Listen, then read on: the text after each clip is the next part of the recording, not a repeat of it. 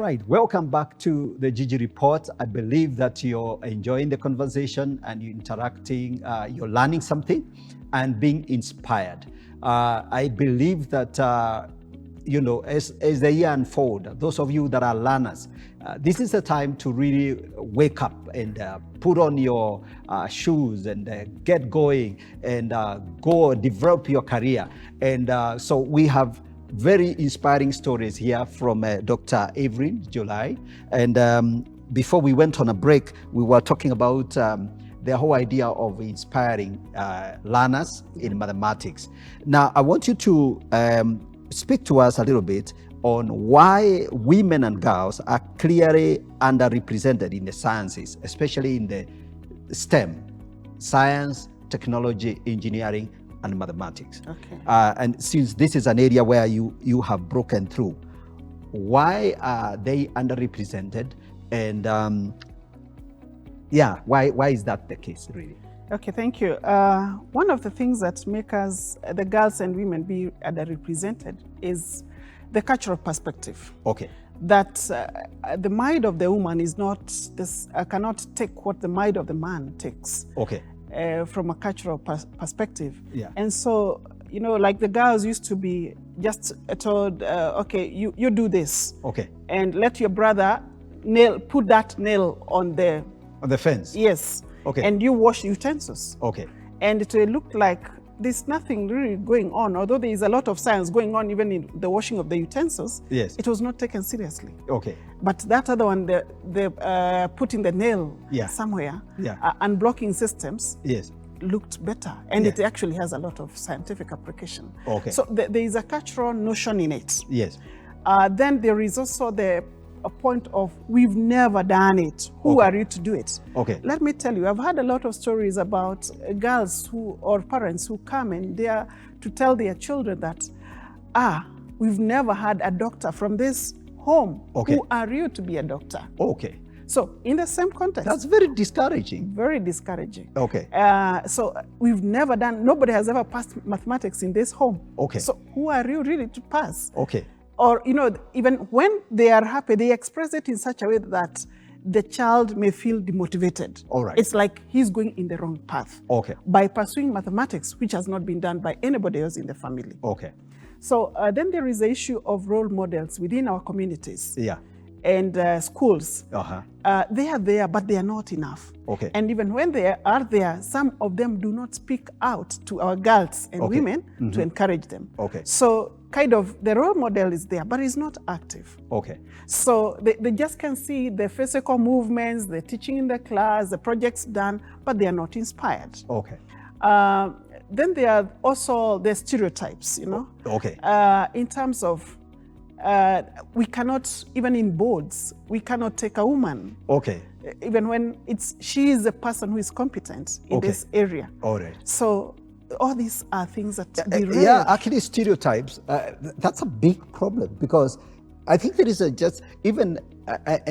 women and girls can fall prey to stereotyping. Yes. So your parents say, well, mathematics, no, that's for men. Yes. So that's already they are projecting their stereotype onto you. Yeah. And then now stereotype in society, in many interactions. Yes. So engineering, wow, that's not for women. Yes. So, and you hear that. Once you hear that, why would you be inspired? I remember when I was studying for my engineering, we had, I think, 2 ladies in my class, out of a class of 44. So that's a very small number. Yes. And these ladies, they did as well as the men. There was no problem. And they went on to be very successful engineers. And so I think it's the stereotype. Yes. And that barrier, it's put. So culture, the social-cultural interactions, these are roles for men, these are roles for women, and then the lack of mentors, and the stereotypes. Yes. What else? What else do you think is, how is society really helping in general, like in terms of, from the policy point of view, do you think there are problems there? There could still be challenges in it, but I want first to appreciate that the government, as well as the community in general, is coming up to open up these spaces for girls and women. Okay. In terms of telling them, this is not for men only. You can also do it. Yes. Men are cooking these days. Yes. In our community, they didn't used to. But then you can also do this engineering. Yes. And in that, I also want to say that we need to have in mind that mathematics is applied in all those subjects. Okay. The subject of science, technology, and engineering. Yeah. And not only those, Mr. Gishoki, but even in the arts, the human-based subjects. Human science, Yes. social science. Social science, the Yes. history. When you do age, carbon dating, Yes. that's mathematics. Actually, it's a higher level of mathematics that we teach in calculus. Okay. A bit of it in calculus. And that's a very critical, it's part of their history, speciality. Yes, when you date, when you can tell this fossil is so many years old, Yes. and you're using carbon dating. Yes. Carbon dating has a lot of scientific perspectives, Okay. as well as mathematics. When Yeah. you look at geography, the rate of ice becoming water or otherwise, then rates, we teach rates in mathematics. Okay, so All climate change. subjects. Climate change is, there is a lot of mathematics in Yes. climate change. So in other words, what I want to say is that I think all subjects have one or two aspects that they must relate or they must borrow from mathematics. Okay. Yes. So it's really central. It's Yes. central to the whole idea. Yeah. So did you what obstacles did you personally encounter as you were developing your careers? For example, in high school, did you encounter any obstacles in terms of stereotypes or something like that? How was your experience in terms of the obstacles that you especially gender-related obstacles? They were there, as I've told you, because I was in a mixed school. Yes. The issue harassment between boys then on girls was there. Yeah. And then, like we used to form groups and we study in groups. And when you seem to know, they didn't like it. Okay, the boys didn't like it. Yes. I know one time I asked a question and I was told I'm very stupid by one of my classmates. Okay. What was the question? It was physics. Yes. And I was like, okay, when that was then, that I had very little understanding and I wanted to pursue science. Yeah. And I asked the question, when you switch off a bulb like this one, where does the remaining power that is between the switch and up there go? Yes. I was told, you are very stupid. Oh, really? And I later on, I just had to unpack it by myself and came to realize what it was. Yes. But they did not want to respond to my question. Okay. And it was a quite straightforward question. It was straightforward. Yes. So that's some of the challenges we faced while in high school. And of course, then others don't want you to be in their groups. You are in science, but they don't want you to be in their group because of whatever they may think. I think it was where they're coming from. Okay. Yes. All right. So we faced those challenges. I faced those challenges. In university, did you face those challenges? They were still similar, but a little bit now leveled. Yeah. Because at the university, everybody is there by their own merit. Yes. So largely, no one really can pull you down. Yes. Okay. Yes. At the PhD level, there were no issues. There were no issues. You found people were more than willing. In fact, the fact that you're a lady and you're willing to pursue mathematics, for that matter, yes. There was every reason to encourage you. Oh, yes. Okay, very good. So, so let's talk about teaching mathematics itself. Where is the mystery? And let me give you an example. Yes. When I know when I was being introduced to something like pi, okay? Yes. There's something called pi in mathematics. You know that? Yes. So you would find the teacher would just write it on the board, like that, and pi. This is pi. So this is a student coming from primary school, maybe from 1 or from 2, and it's like, now, really? What is this? Where does it go wrong in the teaching that people actually feel a mind block? Okay. Yes. Mathematics itself is an abstract subject. Okay. That is one thing we need to admit. Yes. However, there are also basics which are quite simple. Okay. That anybody should be able to capture, like we all do. Yes. But then at certain other levels, it becomes quite abstract. Okay. Now, you talk about pi. Yeah. Pi, let me tell you what pi is. Okay. When you get the circumference of a circular thing, Yeah. and divide by the diameter, Okay. it is going to give you approximately 22/7, Okay. or what you call 3.14. Yeah. So on, you know. Yeah, yeah. We call it a non-terminating, non-recurring decimal. Okay. So you see, when the teacher just writes the symbol pi and stops there, Yes. the student has no understanding of what is this. Yes. But in teaching, then the teacher needs to go down and tell the students, okay, come with a cylinder, get a string, measure the circumference, Okay. Put it on your ruler, see how many centimeters it is, take the measure of the diameter, divide. And every student is doing that. Yes. They are going to get approximately the same value. Yes. It's called pi. Okay. So teachers, we need to demystify mathematics. Yes. We need to bring that abstract level down. Yes. Today I teach, in one of the universities, I teach Masters Pure Maths. Okay. And we always want to bring, I always want to bring that mathematics down. Yes. To where the students is. Yes. It's something we call mapping. Okay. You know, you are in engineering, you might get to understand. Yes. Functions. There is a function. A function is supposed to transform from one point to u to the next. So what is this in real sense? Yes. If you come and count the population of this country as it is, yes, and then there is also the whole country as it is, yes, then there are also those people who are, say, disabled. Okay. You want to map the disabled into the country. Okay. Are all Kenyans disabled? No, the answer is no. So what are you saying? It will be a certain section of the population that will be mapped onto. So yes. Actually, this is what we call a mapping onto, into, sorry, and into, because it is going to be some few people scattered in in the whole population. Okay. That's just a very retro, I'm giving that as a retro example. Yeah. So what we need to do is demystify the mathematics. Yes. And one of the ways that we are also demystifying through what I know myself is playing games. Yes. When we play Monopoly, that's some business mathematics. Okay. When we play cards, yes, we also do some mathematics. Okay.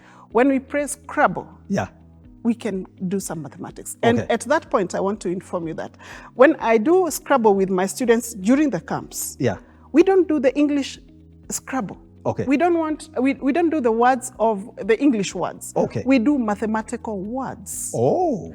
And they use this dictionary. Okay. So it's like, okay, put a mathematical word. Is there a scramble for mathematics? No.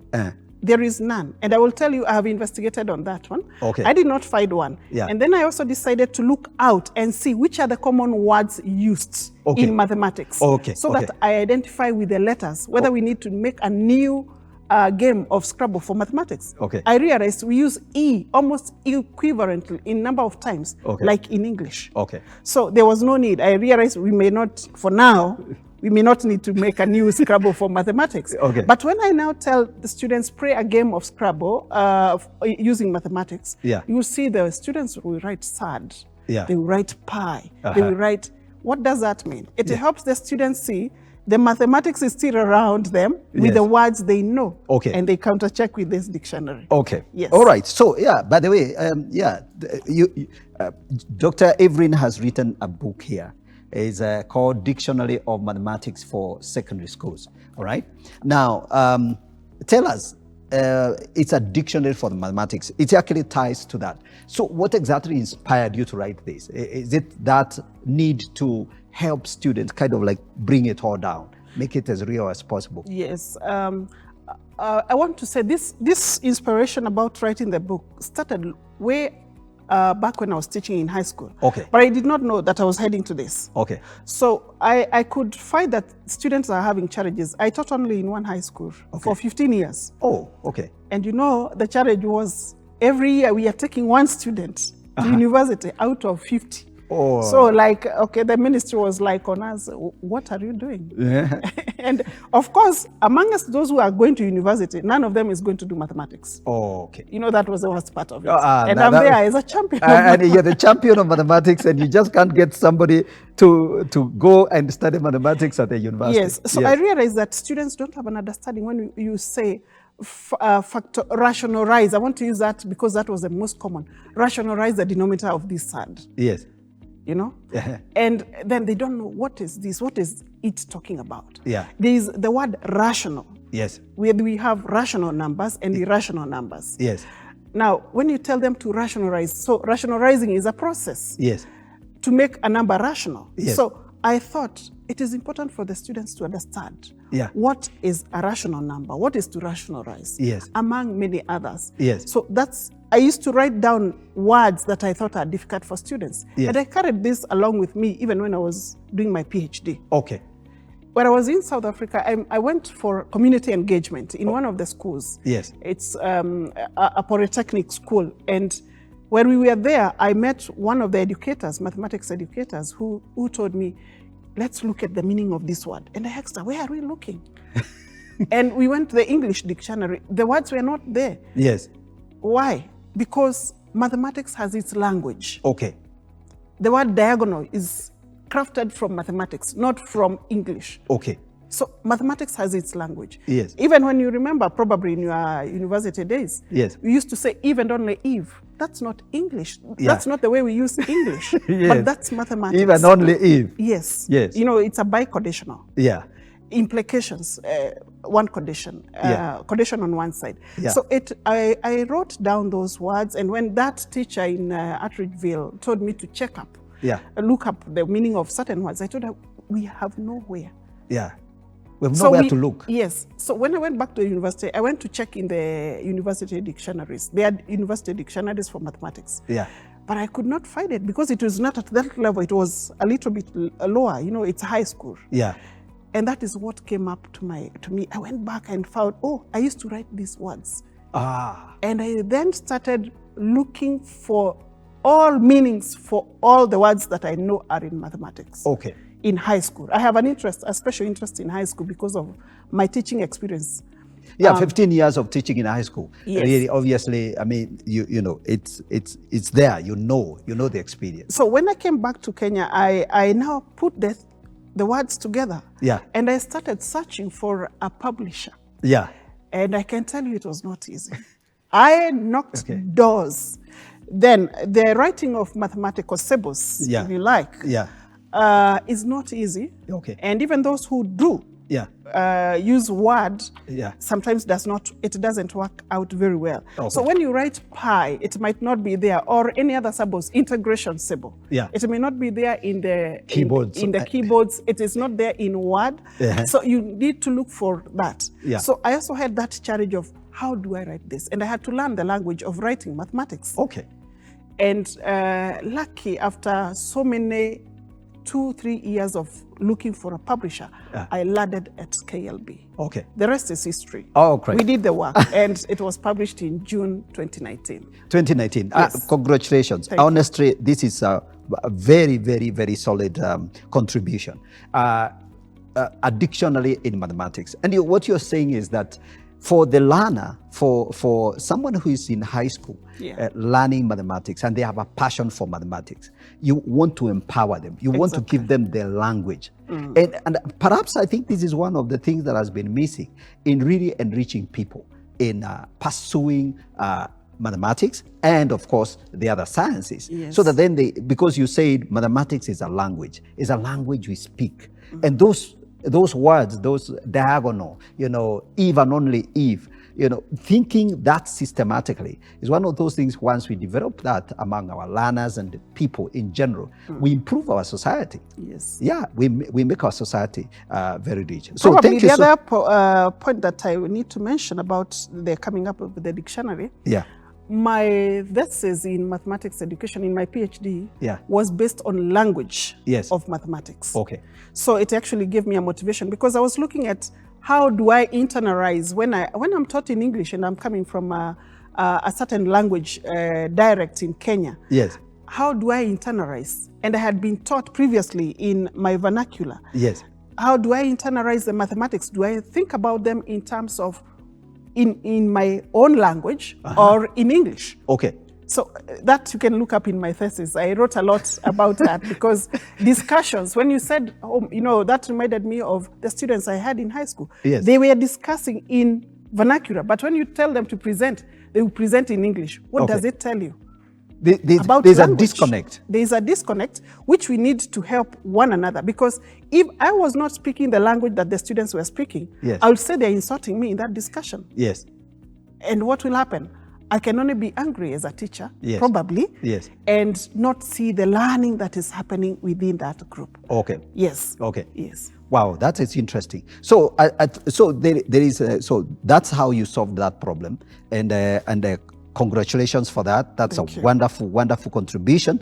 And like I'm telling you, viewers, Dr. Evelyn has really given herself to the pursuit of mathematics and mathematical education. And as you can tell, she has a very, very inspiring stories. And those of you who are learners, those of you that are parents, you have students, you have your own, sons and daughters that are struggling.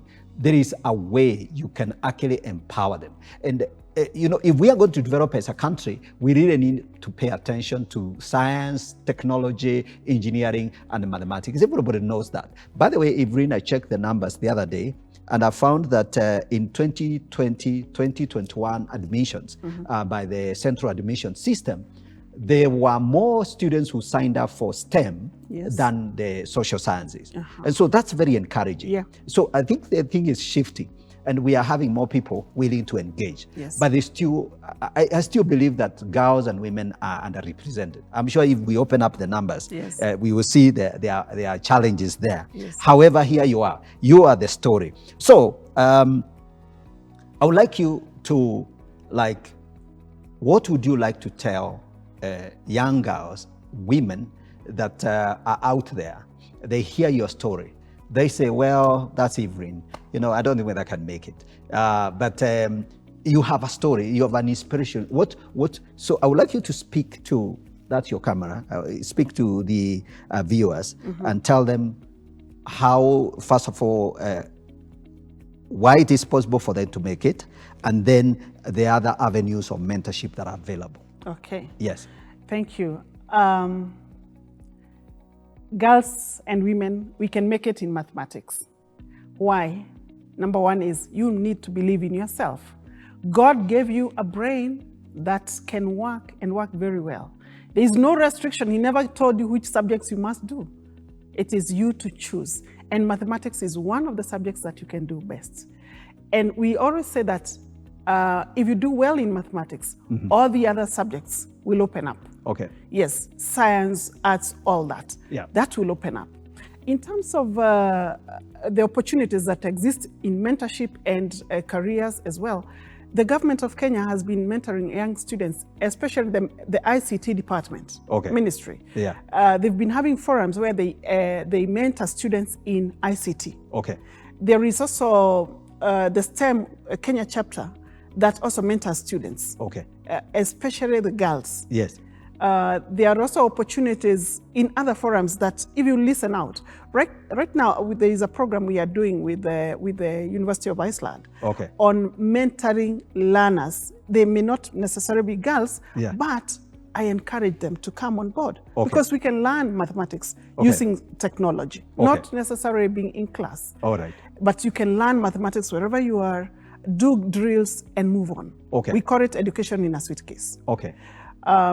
Finally, we can really make the world a better place if we understand this mathematics. Okay. We can do better. I actually have a poem that I've written. I may not be able to say it, I'm not a poet, but I wrote a poem about our lives. That when you are born, your mother was counting the number of months that she's pregnant. Okay. And then when you're born, there is a time for weaning, there is a time for eating this kind of food, there is time to take you for an injection. This is all mathematics, my dear. All right. and you went to high school, you get into a wedding, we have to do some calculations. How many guests are coming? Ni buzi gapi tunachinja? Yeah. All this. This is mathematics. How much food? Yes.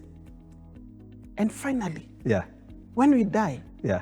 it can only be 6 by 4. All right. Yes. That's still mathematics. Some volume has to be got of soil Yes. from some ground, put up here, Yeah. and replaced. But of course, there will be some displacement because the coffin has occupied some space. Thank you. That's amazing. That's amazing. Yeah. So Dr. Evelyn is a very bold person, and as you can tell, she pursued. I think there's something you said. There's something you said at the beginning, somewhere in the middle, about obstacles. So Dr. Evelyn has faced the kind of obstacles that anyone can face in life. If you're pursuing academics, if you're pursuing a career, you will definitely encounter obstacles. And you have to determine in your mind that you are up to what it takes. You're up to it. And so we all need to be inspired. And so I believe that this episode has inspired you. I really felt it was important to have Dr. Evelyn here, because I know there are a lot of people who struggle in life. They meet a barrier, they stop there. So people drop out of college, and especially young men are dropping out of college in much higher numbers than the girls. And there are other people that give up along the way. So today, I believe we are encouraging you, we are inspiring you. And Evelyn's story is a major inspiration. How she encountered barriers, and every obstacle you found, you turned it into an opportunity. Yes. I particularly like the dictionary, that this dictionary came out of your continuous trying to wrestle with this issue of language. How do students communicate? And so that's a fantastic job. So let's talk about how people can reach you in terms of maybe the mentorship program. Do you have a website? Is there some forums? So you can give that some of the ways people can reach you. Okay. Yeah. They can members can reach me for mentorship through my telephone number, or my email. Yeah, my telephone. They can contact the telephone numbers that are appearing on the TV screen right now. Yes. So they reach me, then I can connect them to you. Oh, thank you. Yeah. Then we also have a website which is currently some under construction, but it has been there since last year. Okay. madsnav.co. Madsnav. We say we have mathematics in our nerves. Okay. Yes. So it's madsnav. NERVE. Okay. madsnav.co.ke. Okay. They can get in contact with us. Our email address is also there. Okay. Yeah. I'm also based at Kisii, and I do a lot of work in the community around. Okay. In terms of mathematics. Okay. Thank Great you. stuff. Great stuff. So further, we can also get this book in Yeah. our bookshops, or contact Kenya Literature Bureau directly. Okay, this is already available in the bookshops. Yes, it is. Through the normal bookshops. Yes. Where people buy Yes. books, Yes. high school books. Yeah. Okay, great. Thank you so much. Ladies and gentlemen, I do believe that you have enjoyed the discussions. You can send in a text or a call. The numbers are on the screen. Tell us what you think about what we've shared, and give us feedback. And also, in addition to that, if you'd like to get in touch with us, you're free to do that. Send a text, and that will reach us, or make a call and it will reach us. And I believe that you've learned and you're inspired. And I wish you all the best, and all the students who are out there, and all the parents that are, pushing their children out there to study and be successful. We are inspiring you today. And please don't give up on your children. Don't worry about intelligence. They are intelligent enough. If they are already in class, they are intelligent enough. And so I do hope that we have inspired you. And thank you so much, Evelyn, for coming on the show and telling us your story and opening up this space. I believe that we will be able to have more opportunities to talk and encourage more people to pursue sciences and to pursue whatever career. Yeah. Thank you. So I really believe that this has been helpful. So for now, we come to the end of our program. God bless you, and see you again. Thank you. Bye. Thank you.